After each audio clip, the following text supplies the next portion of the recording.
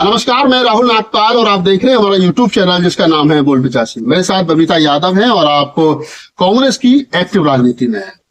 कांग्रेस बोले तो इंडिया गठबंधन का एक बड़ा घटक है और इंडिया गठबंधन के किसी भी या नॉन बीजेपी किसी भी राजनेता पर अगर कोई टिप्पणी होती है तो मैं समझता हूं कि इंडिया गठबंधन के किसी भी नेता को बढ़ चढ़ करके उसका जवाब देना चाहिए। दो घटनाक्रम पिछले 2-3 दिनों में घटे हैं और उन दोनों घटनाक्रम पर मैं बबीता जी से बात करूंगा क्योंकि महिला भी है, क्योंकि मायावती जी पर भी टिप्पणी की गई है और दूसरी तरफ मुलायम सिंह यादव पर भी टिप्पणी की गई है। राजूदास एक बड़े संत हैं हिंदू धर्म के, उन्होंने कहा है कि कोई भी व्यक्ति अगर कुंभ में आए तो वो पहले मुलायम सिंह यादव की मूर्ति पर सूसू करे। अब आप इसको कितना जायज मानते हैं कितना नाजायज मानते हैं तो ये मुद्दा है। और दूसरा, एक बीजेपी की बड़ी नेता ने कहा है कि मायावती जब घटनाक्रम जो गेस्ट हाउस कांड वाला हुआ था उसके बाद भी वो जिस सम्मान के साथ में समाज में आती है उनको तो आना नहीं चाहिए। वो कहीं ना कहीं ना नर है ना मादा है, वो किन्नर है।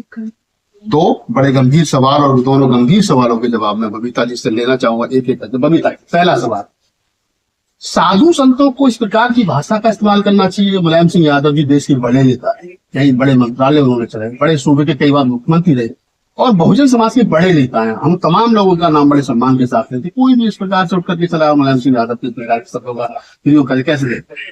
देखिए, सबसे पहले तो जिन संत का आप नाम ले रहे हैं उन्हें संत कहना ही नहीं चाहिए, क्योंकि आपने देखा होगा कि राम ने या श्री कृष्ण जी ने कभी किसी के लिए अभद्र भाषा का प्रयोग किया है?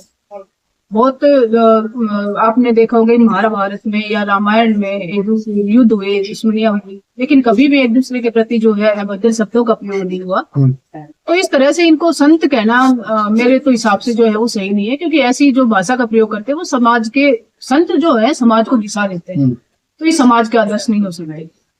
पहले भी इस प्रकार की कई उन्होंने टिप्पणियां करी हैं। कभी रैंदपाल गौतम का सरकम करने का बात आई, कभी स्वयं प्रसाद मौर्य का सरकम करने की बात आई है।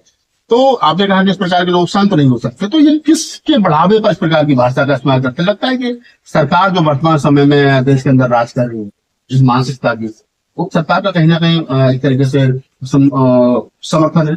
देखो, कहीं ना कहीं अगर इस इतने बड़े पद पर बैठ के और किसी इतने बड़े नेता के खिलाफ जिसने उत्तर प्रदेश की लगभग 85% जनसंख्या को एक आवाज दी हो और एक उनका नेतृत्व किया हो और उनके प्रति जो है वो ऐसे शब्दों का जब यूज करते हैं उनके ऊपर कोई एक्शन नहीं होता, इसका मतलब सीधा सीधा है कि जो सत्ता पे बैठे लोग हैं उनका हाथ है उनके पीछे। और जब राजनीति, देखो देश जो है वो राजनीति से चलता है कि जैसी राजनीतिक विचारधारा होगी देश जो है उसी तरफ होगा। जैसे जब कांग्रेस का शासन आता है